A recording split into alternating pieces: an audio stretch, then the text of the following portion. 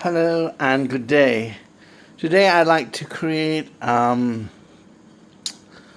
do a play on two phrases that sound very vulgar and we use every day.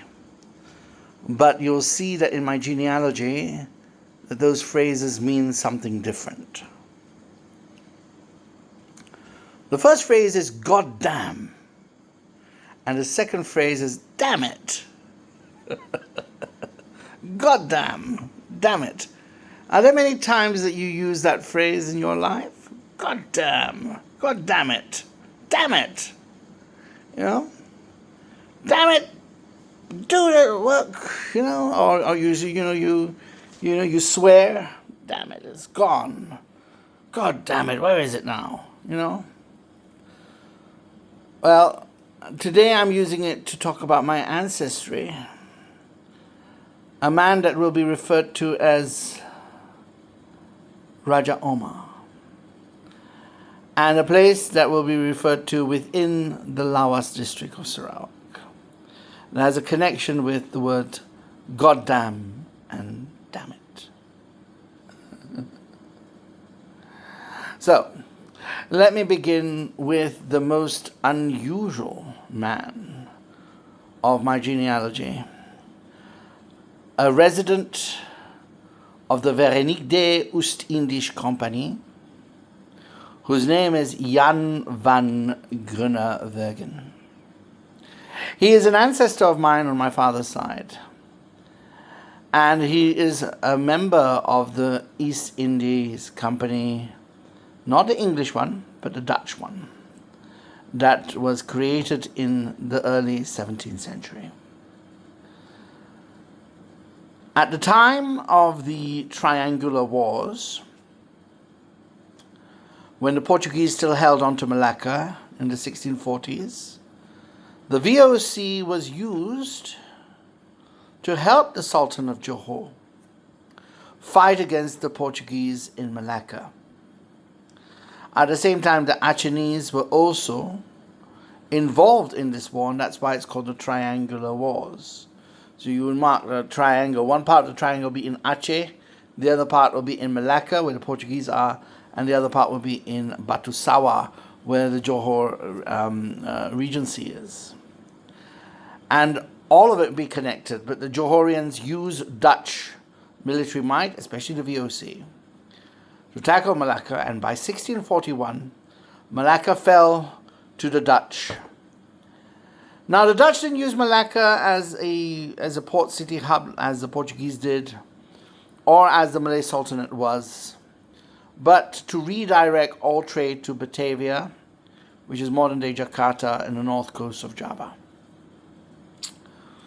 The Dutch circumvented the whole Straits of Malacca by means of establishing a commercial hub in Java and the wider Indian Ocean trade, particularly planting coffee in Javanese soil. Now, as the Dutch did that, of course, they were influential in Johor, and they were, of course, they have a settlement now in the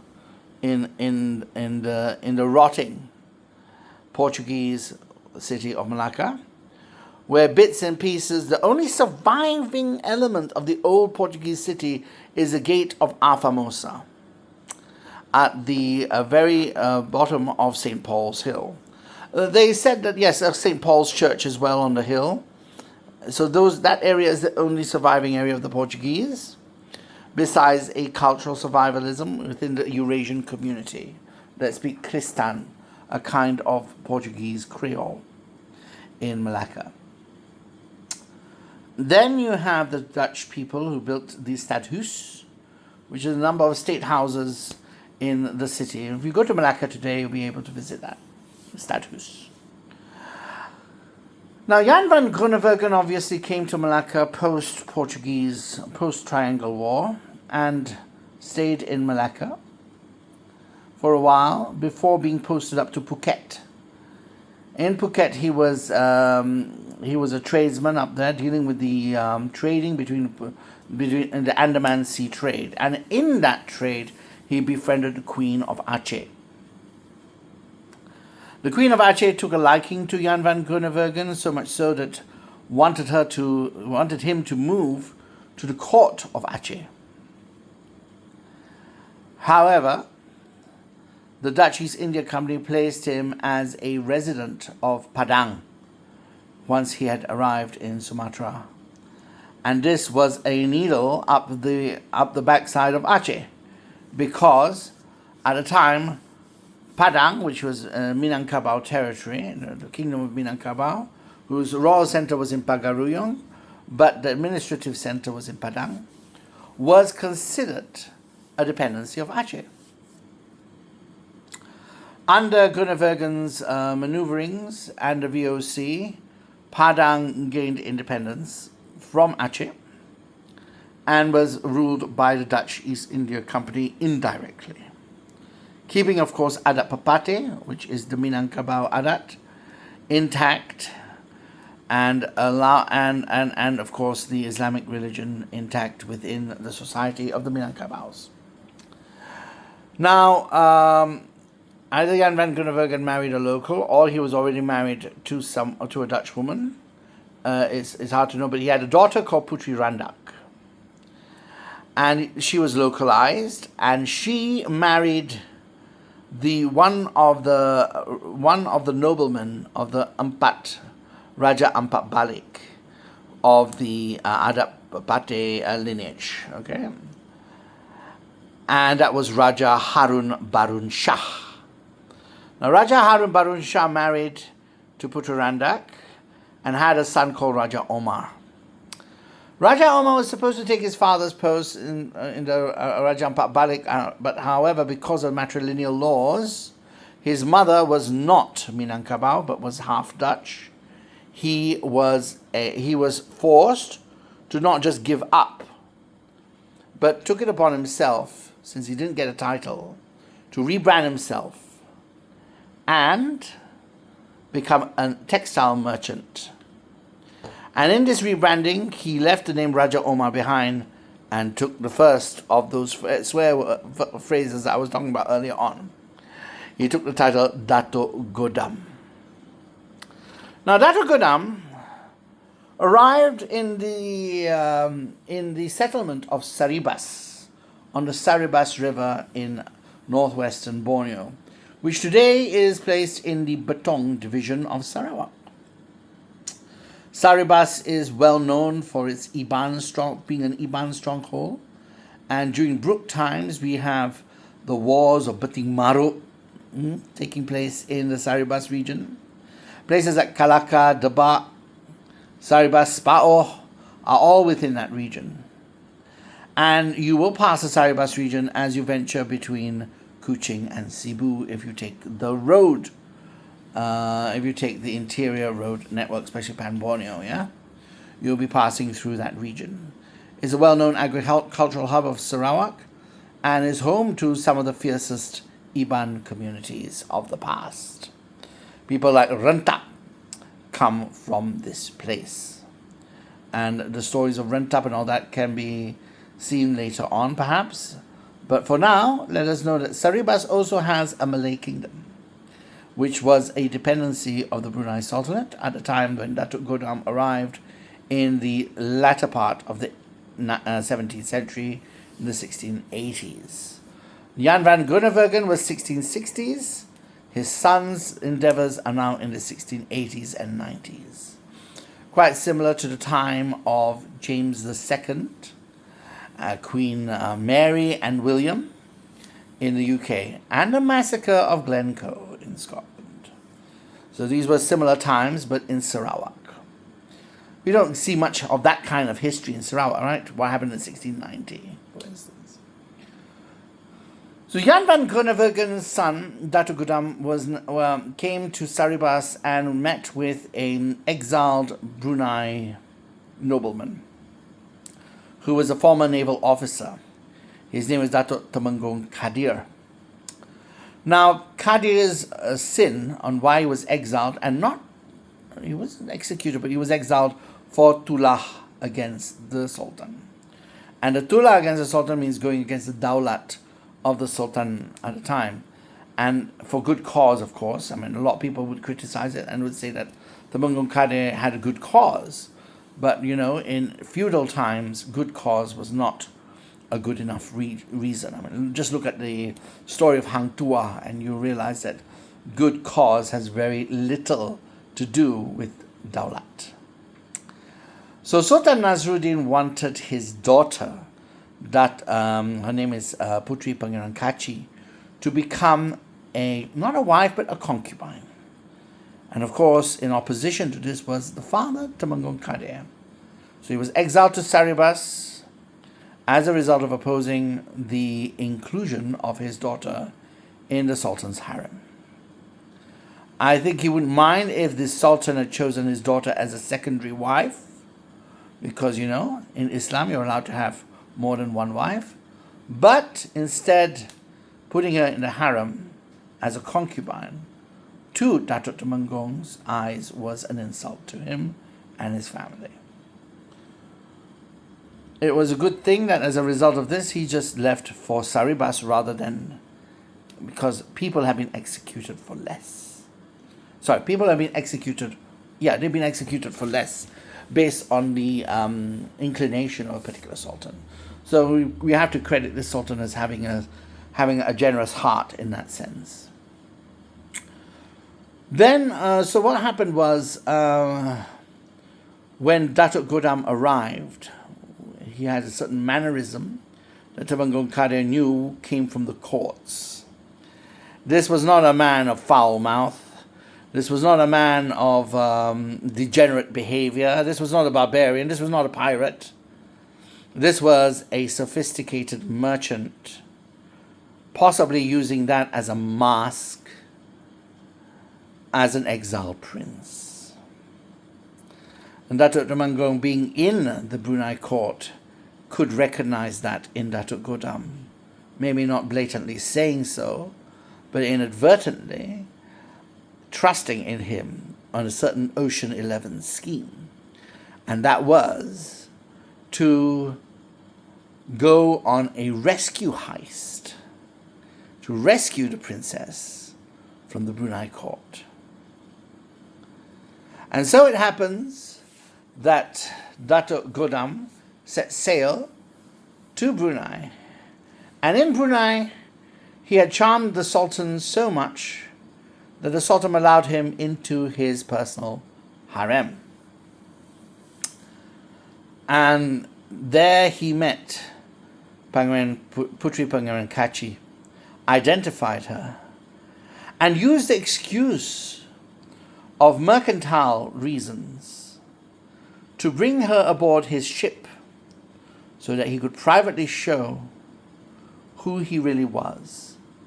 And that was when he revealed underneath a tarp the cannon of her father's insignia. Which means this was not a trading mission, but a rescue one on her behalf. Now, he could have set sail from there with her on board and have the entire Brunei Navy be on their heel, which would result in the total devastation of Sarebas by the Bruneians. But instead he used his tact and diplomacy and his charm to argue a case for her release. And so the Sultan, much enamored by that, allowed him to leave with her.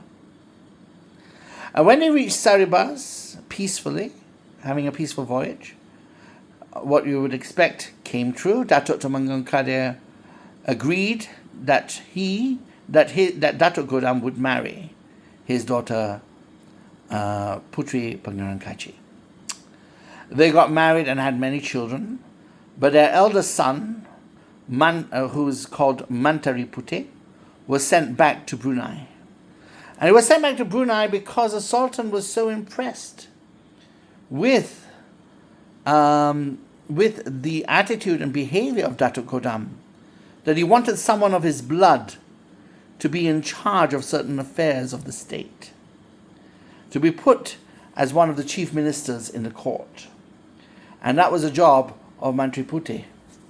And Mantri Puteh would stay in a place, and here comes the second curse phrase. In a place in the district of Lawas today, in the modern day Sarawak, but in those days it was immediately in Brunei proper. And the name of the place is Damit Lawas, where he became the ancestor of the Awang-Awangs of Damit Lawas in Sarawak, which in those days, 400 years ago, was Brunei. Now, and of course, Datuk Godam planned to go back to Sumatra. But before he managed to, he died of old age in Sarebas, and his children remained there. And his other son was called Menteri Uban, became the ancestor of the Sarebas Malays. People like Dato' Awang Tengah would have been a descendant of the Awang-Awangs in Lawas, and people like Abang Yusuf Puteh would be descendant of those in Sarebas, also including Dato' Temenggung, Dato' Petinggi Kandit, Dato' Petinggi Aing, Abang Aing, and so forth, who worked with the Raja Brooke during their expansionism into Semangkang and Sarebas areas. The Malays were pro-Brooke, of course, so a lot of them were on the side of the Brooke dynasty, like Abang Aing, for instance.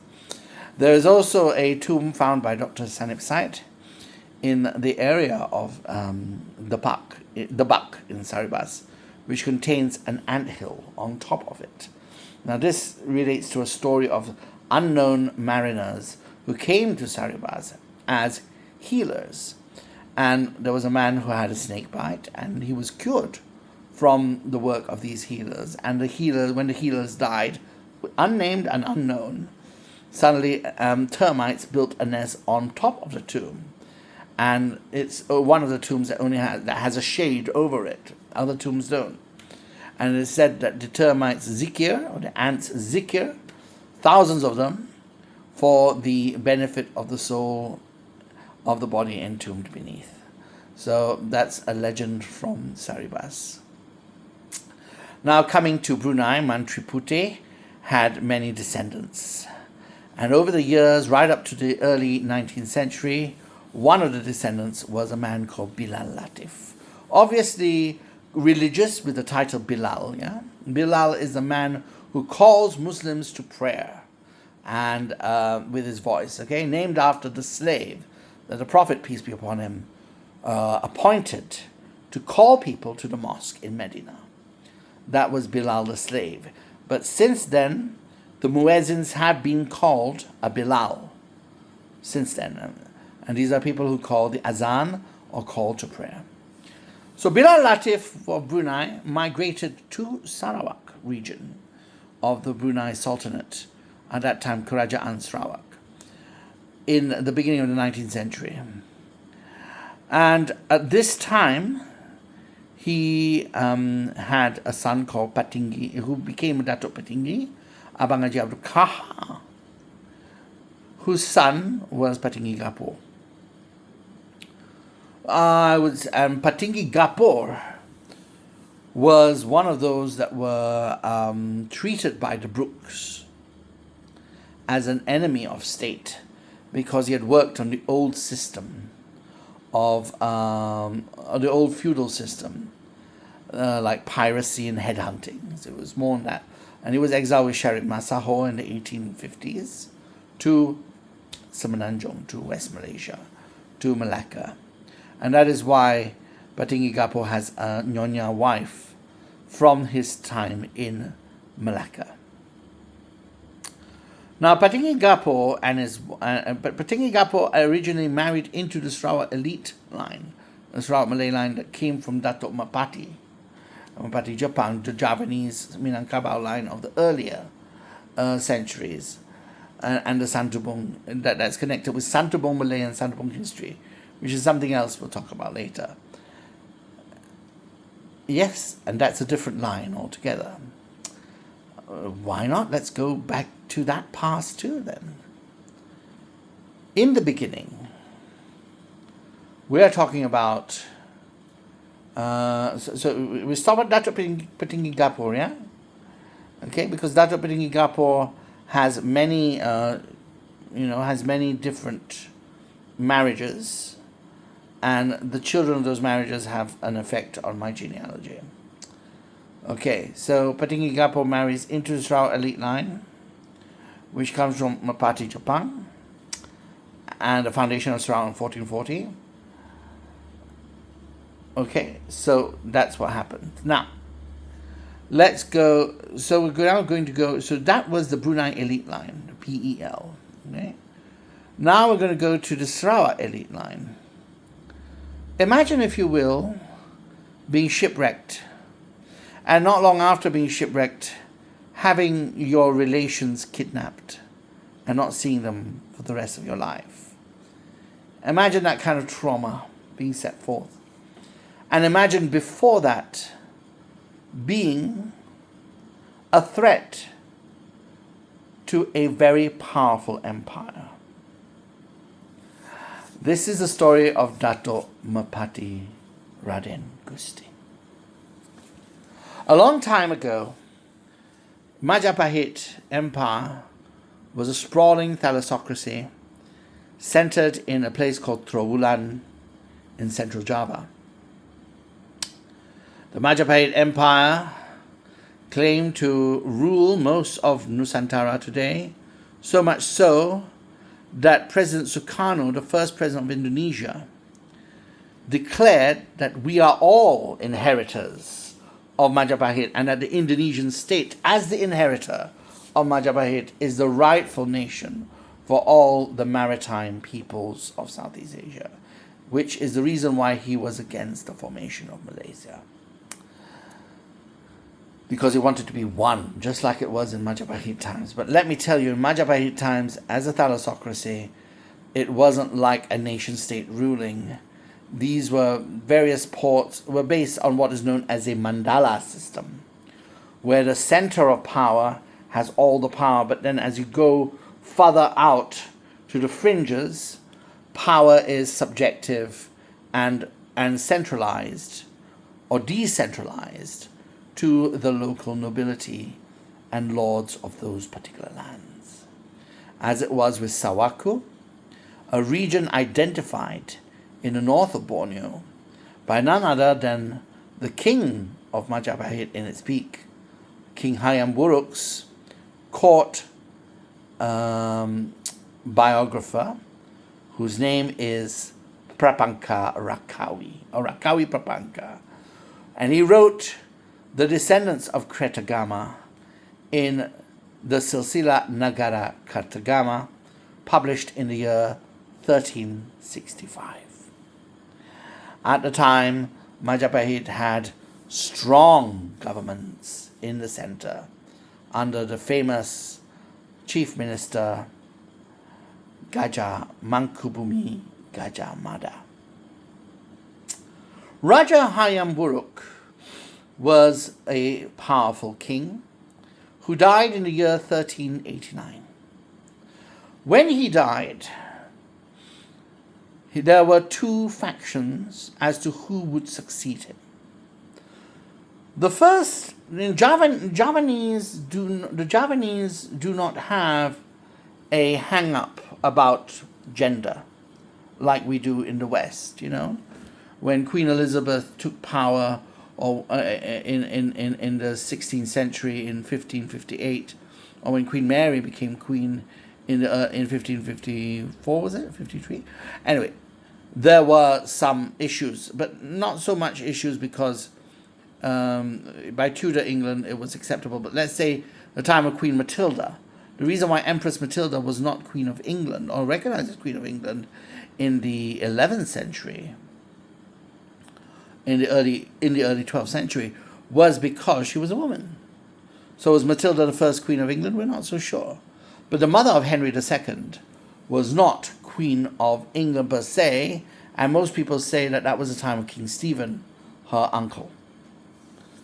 Whatever the case was, Westerners seem to have a more hang-up about having a queen in charge. But if you look at the Polynesian or Austronesian world, which is the basis of the Majapahit world, you've seen queens of Hawaii, and God forbid, Rana Valena, Queen of Madagascar, was a very, very, very formidable force in colonial times. So much so that colonials would stay clear of Madagascar because of Queen Rana's rule. She was like the devil in disguise, sacrificing people in the volcanoes and all sorts of things.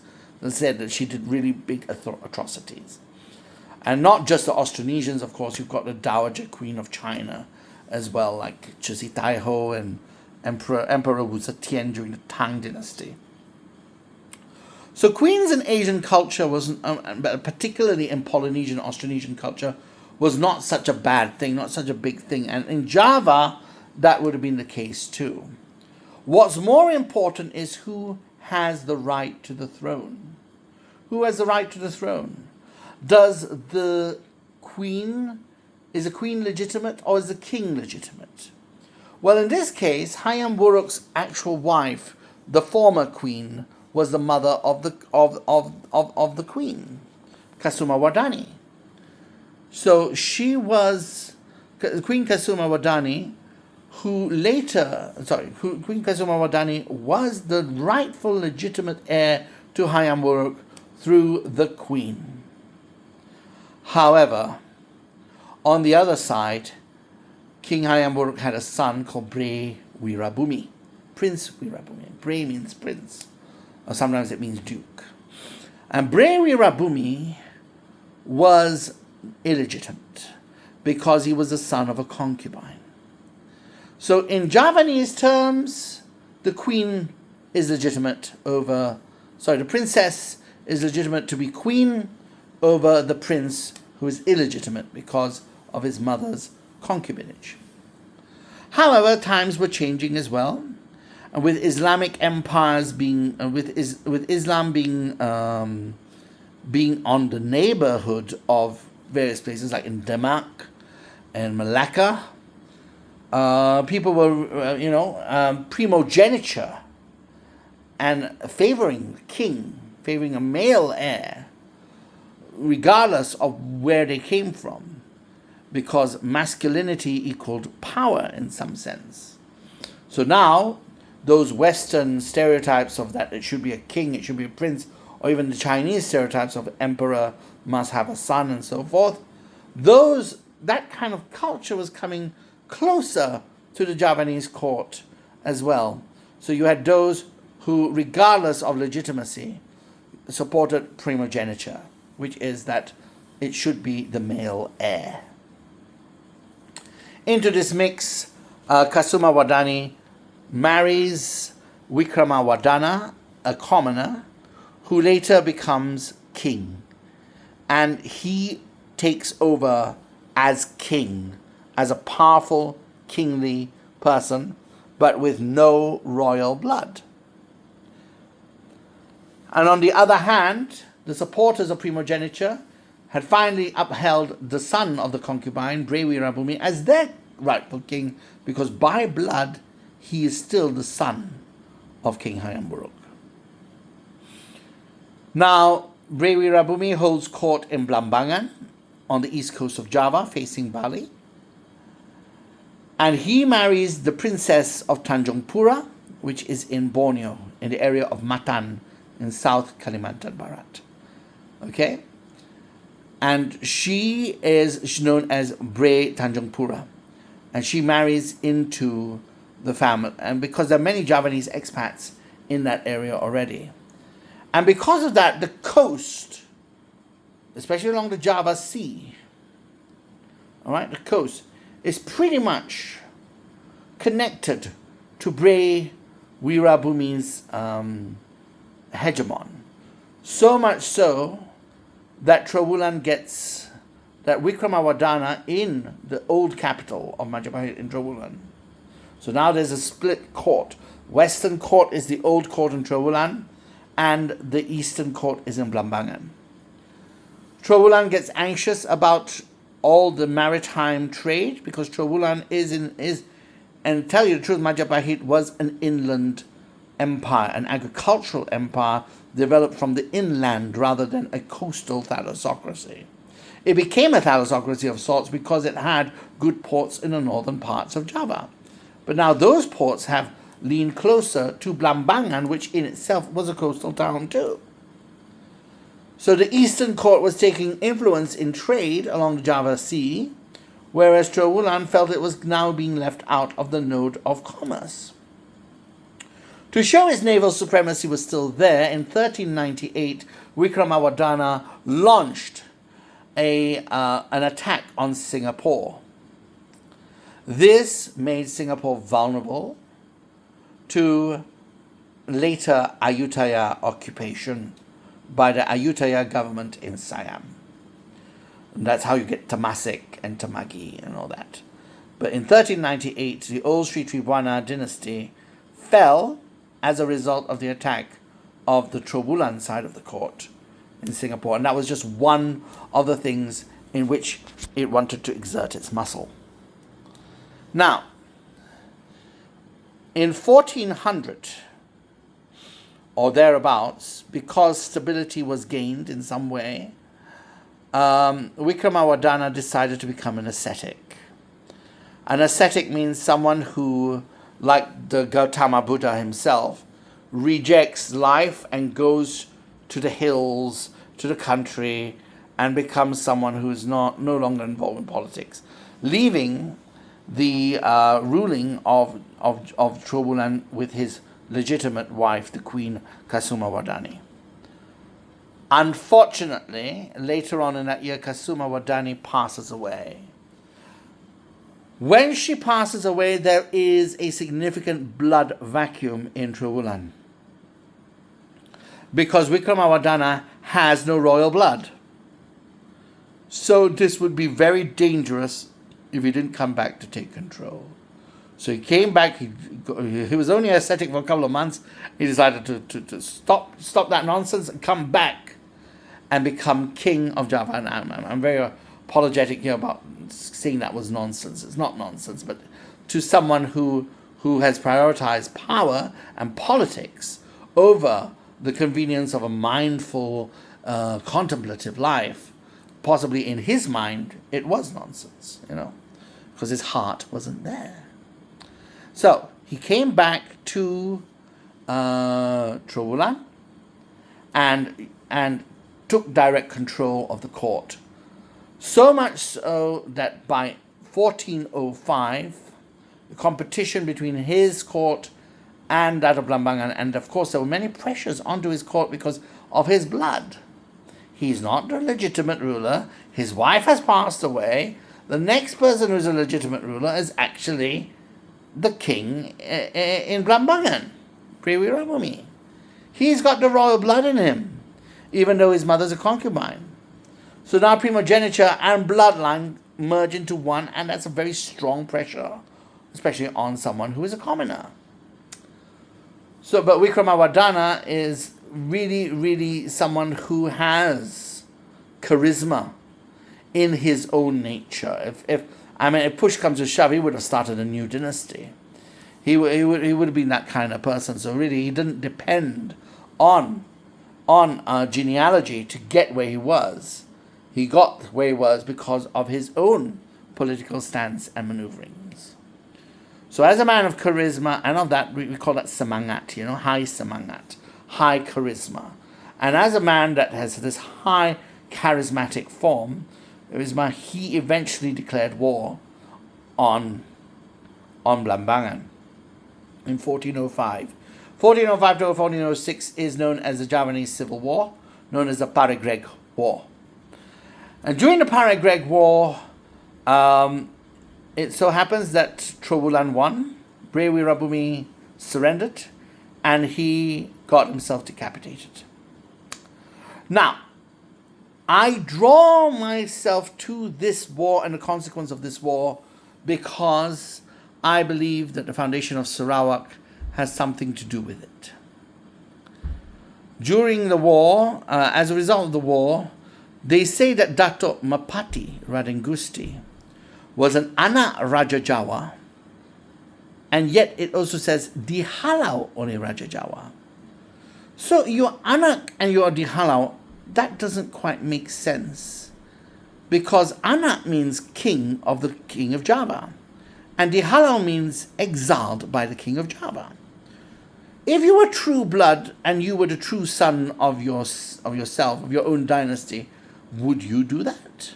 There's no reason. In fact, all hope of the next generation comes from you being the next one in line. And because that you are the next one in line, therefore you're going to do whatever it takes to protect that loved one. That prince is precious. You're not going to send him out to the world and say, dihalau. So it doesn't make sense. How can you be the son of the king of Java and yet exile the king of Java? So this is what's mentioned in the various tarsilas or sarsilas in the Brunei court and other places. And they don't want to mention who the king of Java was. And I think it's been left secret for the past 6 centuries. However, so 6 to 7 centuries, all right? However, I believe that Datu Merpati comes from this line, mainly because he fits the bill. Now, it so happens that Wickramawadana, upon the devastation of the Perabangan court, took the daughter of Weerabumi as his concubine. Her name was Bre Mataram, Princess of Mataram. And it so happens they said possibly childless. What if the court says possibly childless? Possibly does not mean childless. Possibly means there's a possibility she had no child, because if she did, that spells a great deal of challenge and doom to the court, and especially to uphold Wickramawadana's flailing power.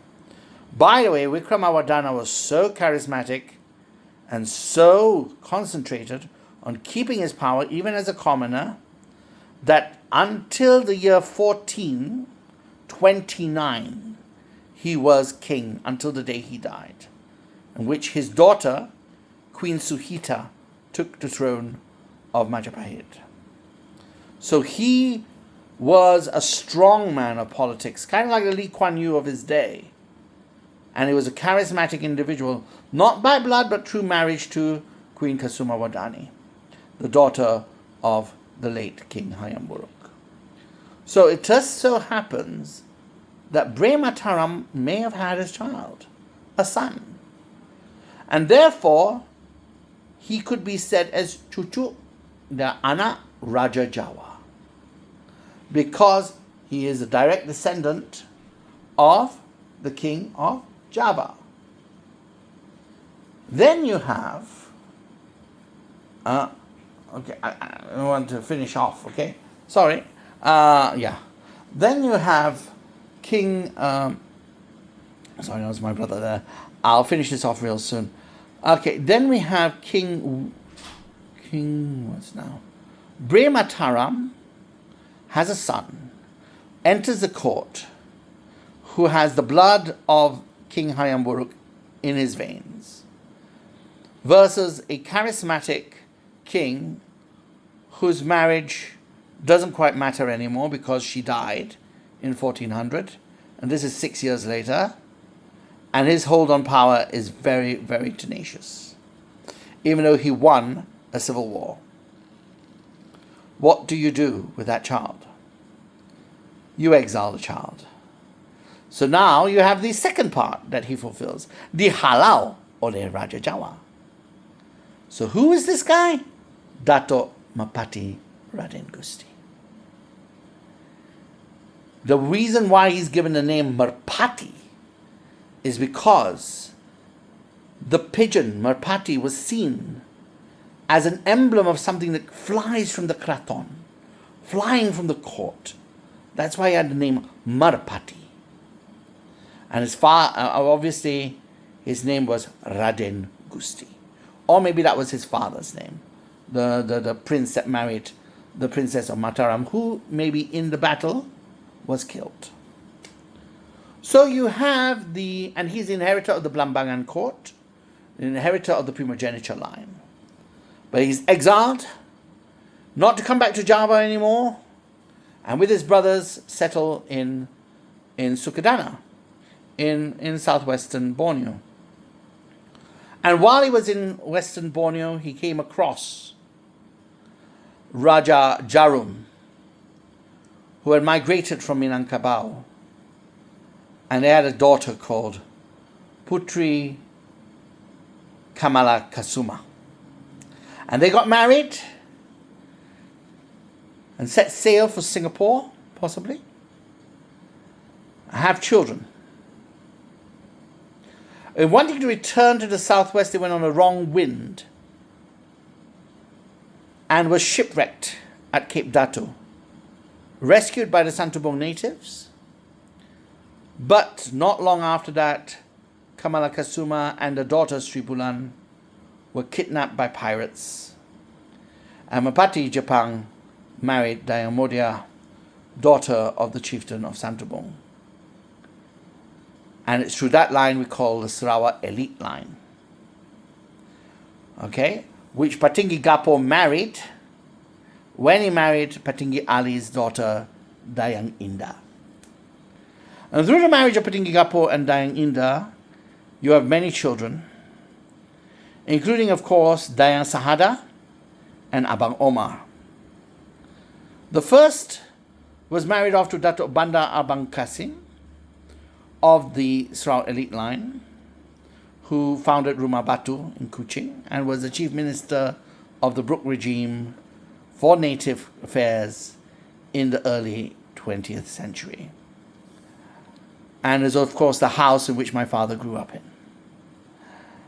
And then you have, but Dayang Sahada could not bear children, and therefore Patinggi Gapo, in exile, was married to Nyonya Malacca, and his second youngest daughter, the name is Dayang Saadia, was sent back to Sarawak to become the second wife of Banda Kasim, and she had 13 children with him, which includes my father's maternal grandfather.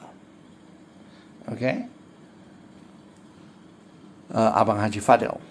And, of course, Datuk Patinggi Abdillah. And then you have on the other side, Abang Omar, as we mentioned. Abang Omar married Dayang Khatijah and had many children.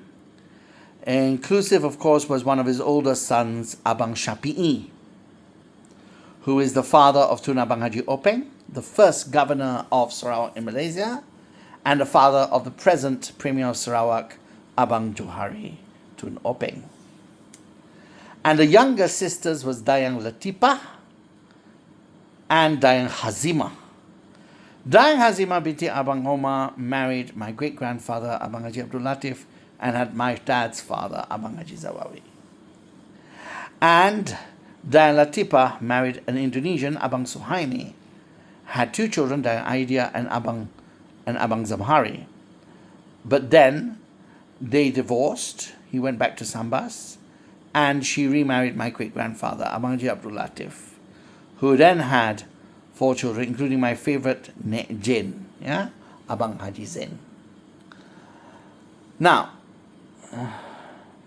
so you have this family, and that's the descendant of the Brunei elite line to Patinggi Gapo, and Patinggi Ali as well would be the Sarawak elite line. Latif is descendant of Dayang Rasiah, who is the daughter of Abang Haji Abdul Rauf, who is the younger brother of Patinggi Gapo of the Brunei elite line, referring to Godam and Damit. And Latif's father, Dato' Abang Haji Abdul Rahim, is son of Abang Haji Abdul Raub, who through some form or another is related to the Merpati Jepang line or the Sarawak elite line. So you have that. So all in all, Abang Haji Zawawi, the son of the Brunei elite line of Bilal Latif, through his mother, and of the Sarawak elite line in a distant way through his father. Okay? Through his father.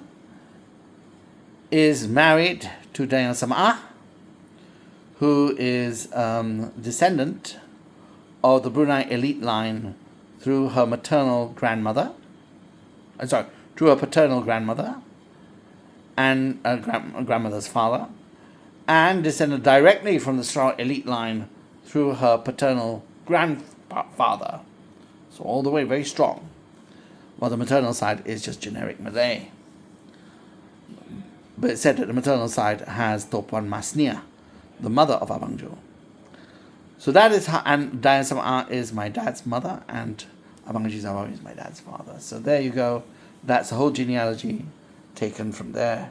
Thank you for listening.